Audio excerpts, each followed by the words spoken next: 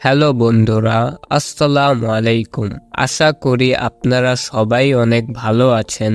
আজকে আমরা একজন মহান নবীর জীবন সম্পর্কে জানব, যার ধৈর্য, বিশ্বাস ও আল্লাহর প্রতি অগাধ আস্থা আমাদের জন্য অনুপ্রেরণা হয়ে আছে। তিনি হলেন হযরত নূহ আলাইহি ওয়াসাল্লাম, পৃথিবীর অন্যতম প্রথম নবীদের একজন।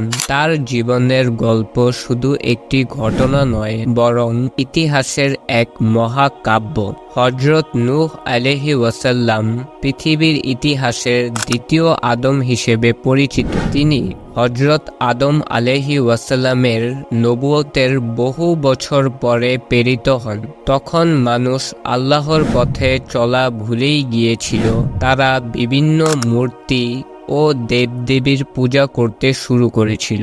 আল্লাহ তখন নূহ আলাইহি ওয়াসাল্লামকে নবী হিসেবে প্রেরণ করেন, যেন তিনি মানুষকে আবারও এক আল্লাহর পথে ফিরাতে পারেন। হযরত নূহ আলাইহি ওয়াসাল্লাম 950 বছর ধরে তার সম্প্রদায়কে সত্যের পথে ডেকেছেন। ভাবুন, এমন দীর্ঘ সময় ধরে ধৈর্য ও নিষ্ঠার সাথে কাজ করেই যাচ্ছেন, অথচ খুব কম মানুষই তার কথা শুনেছেন। অধিকাংশ মানুষ তাকে উপহাস করত, তাকে পাগল বলে ডাকত।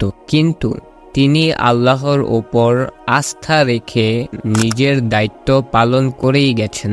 এক সময় আল্লাহ নূহ আলাইহি ওয়াসাল্লামকে নির্দেশ দিলেন একটি বিশাল নৌকা তৈরি করতে। এই নির্দেশ ছিল তার সম্প্রদায়ের জন্য এক চরম সতর্ক বার্তা। নৌকা নির্মাণ দেখে গ্রামের লোকেরা মজা নিত। তারা হাসাহাসি করত, বলতো একজন পাগল মরুভূমিতে নৌকা বানাচ্ছে। অথচ তারা জানতো না আল্লাহর পক্ষ থেকে এক মহা বন্যা আসতে চলেছে।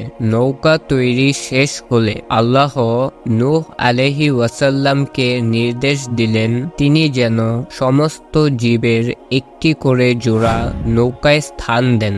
অর্থাৎ পৃথিবীতে যা কিছু প্রাণী ছিল, পশু পাখি গাছপালা, সব কিছুর মধ্য থেকে একটি পুরুষ ও একটি স্ত্রী প্রাণীকে নৌকায় তুলতে হবে, যেন মহাপ্লাবনের পর পৃথিবীতে জীবন আবারও শুরু হতে পারে। নূহ আলাইহি ওয়াসাল্লাম আল্লাহর নির্দেশ মতো সমস্ত প্রাণীকে নৌকায় স্থান দিলেন। প্রতিটি প্রাণী এক জোড়া করে নৌকায় উঠেছে। সিংহ, হাতি, পাখি, এমনকি ক্ষুদ্র ক্ষুদ্র প্রাণীরাও।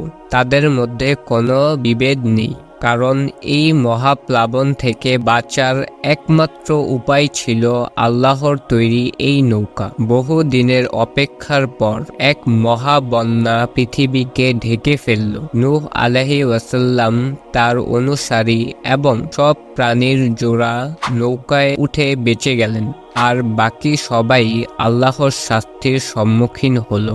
এক অসীম শক্তির মহাপ্লাবন পৃথিবীকে পুরোপুরি ঢেকে ফেলে। এটি ছিল এক মহাশিক্ষা, যা মানুষের জন্য চিরস্থায়ী শিক্ষা হিসেবে থাকবে। বন্যার পর যখন পানি কমে গেল, নূহ আলাইহি ওয়াসাল্লাম ও তার অনুসারীরা নৌকা থেকে নামলেন। আল্লাহর রহমতে পৃথিবীতে নতুন করে জীবন শুরু হলো। আল্লাহর নির্দেশ মেনে পৃথিবীর সকল প্রাণী আবার তাদের নিজ নিজ স্থান নিয়ে পৃথিবীতে ছড়িয়ে পড়ল। এই মহা বিপর্যয়ের পর মানব জাতি ও প্রাণীকুলের নতুন ইতিহাস শুরু হলো। নূহ আলাইহি ওয়াসাল্লামের জীবন আমাদের একটি গুরুত্বপূর্ণ শিক্ষা দেয়। ধৈর্য, বিশ্বাস এবং আল্লাহর নির্দেশ মেনে চলা। জীবন যত কঠিনই হোক না কেন, আল্লাহর প্রতি অগাধ বিশ্বাস রাখলে তিনি আমাদের জন্য সব সময় ভালো পথ বের করে দেন। হযরত নূহ আলাইহি ওয়াসাল্লাম এর এই গল্প শুধু এক অতীত কাহিনী নয়, বরং প্রতি মুহূর্তে আমাদের অনুপ্রাণিত করার জন্য রয়েছে এক বড় শিক্ষা। তার ধৈর্য, তার আত্মত্যাগ এবং আল্লাহর প্রতি তার বিশ্বাস আমাদের জন্য এক বিশাল উদাহরণ। বন্ধুরা, এই ছিল আজকের আমাদের এই ঘটনাটি। আপনার আপনাদের যদি ভিডিওটি ভালো লেগে থাকে তাহলে লাইক, শেয়ার এবং সাবস্ক্রাইব করতে ভুলবেন না। আপনাদের মূল্যবান মতামতটি কমেন্টে জানান, যাতে আমরা আরো শিক্ষণীয় ও অনুপ্রেরণামূলক কন্টেন্ট আনতে পারি। আজকের জন্য এই পর্যন্তই। আল্লাহ হাফেজ।